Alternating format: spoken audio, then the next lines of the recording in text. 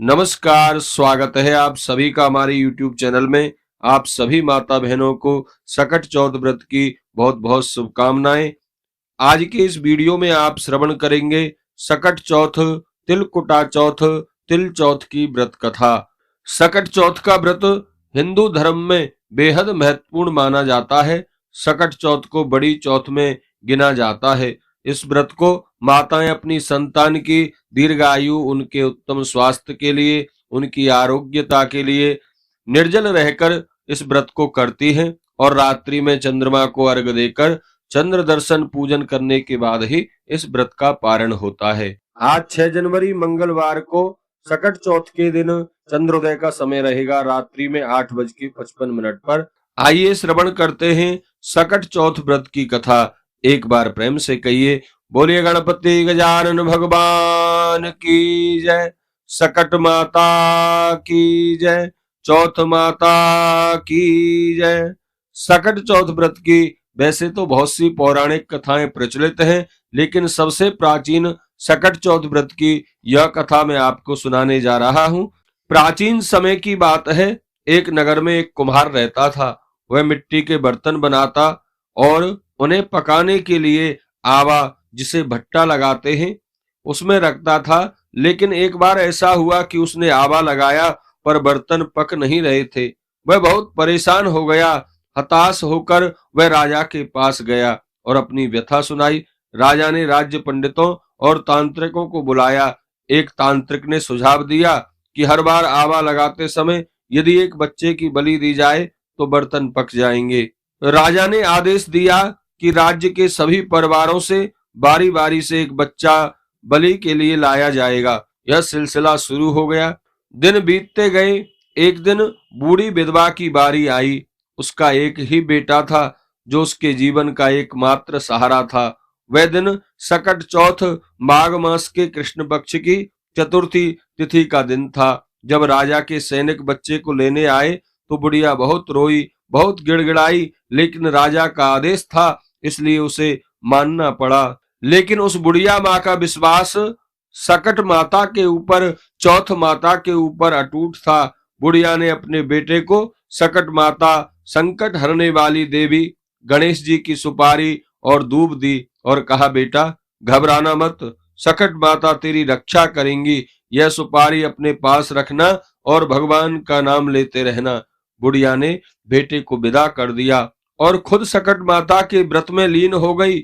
उनकी भक्ति, उनकी पूजा में बैठ गई। उसने मिट्टी के गणेश जी की मूर्ति बनाई और रात भर प्रार्थना करती रही कि उनके बेटे की रक्षा हो। उधर बच्चे को आवे भट्टे में बिठा दिया गया और आग लगा दी गई। लेकिन सकट माता का चमत्कार देखिए। माता की भक्ति और व्रत के प्रभाव से एक चमत्कार हुआ। आम तौर पर आवा पकने में कई दिन लगते थे, लेकिन उस रात आवा ठंडा ही रहा। अगली सुबह जब कुमार आवा देखने आया तो वह देखकर हैरान रह गया।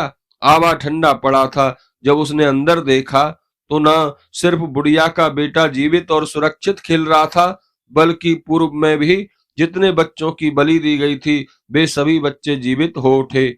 यह खबर पूरे नगर में आग की तरह फैल गई। राजा और नगरवासियों ने माना कि यह सकट माता, गणेश जी की कृपा और उस बुढ़िया के व्रत का फल है। उस दिन से सभी माताओं ने अपनी संतान की सुरक्षा और लंबी आयु के लिए सकट चौथ का व्रत रखना प्रारंभ कर दिया। बोलिए गणपति गजानन भगवान की जय, सकट माता की जय। जय गणेश जय गणेश जय गणेश देवा, माता जाकी पार्वती पिता महादेवा। जय गणेश जय गणेश जय गणेश देवा, माता जाकी पार्वती पिता महादेवा। एक दंत दयावंत चार भुजाधारी, एक दंत दयावंत चार भुजाधारी, मस्तक सिंदूर सोहे मुसे की सवारी, मस्तक सिंदूर सोहे मुसे की सवारी। जय गणेश जय गणेश जय गणेश देवा, माता जाकी पार्वती पिता महादेवा।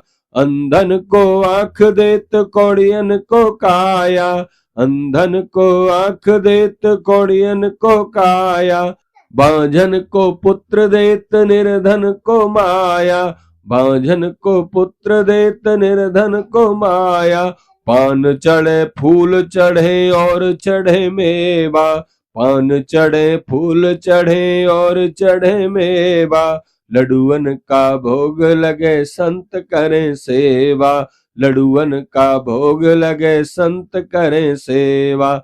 जय गणेश जय गणेश जय गणेश देवा, माता जाकी पार्वती पिता महादेवा। हाँ दीनन की लाज रखो शंभु सुतवारी, कामना को पूरा करो जाऊं बलहारी, कामना को पूरा करो जाऊं बलहारी। सूत श्याम शरण आए सफल कीज सेवा, सूत श्याम शरण आए सफल कीज सेवा। रिद्धि सिद्धि देत बाको विघ्न हारी देवा, रिद्धि सिद्धि देत बाको विघ्न हारी देवा।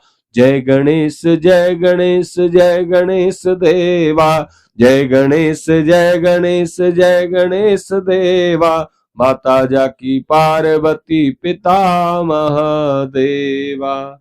बोलिए गणपति गजानन भगवान की जय, सकट माता की जय।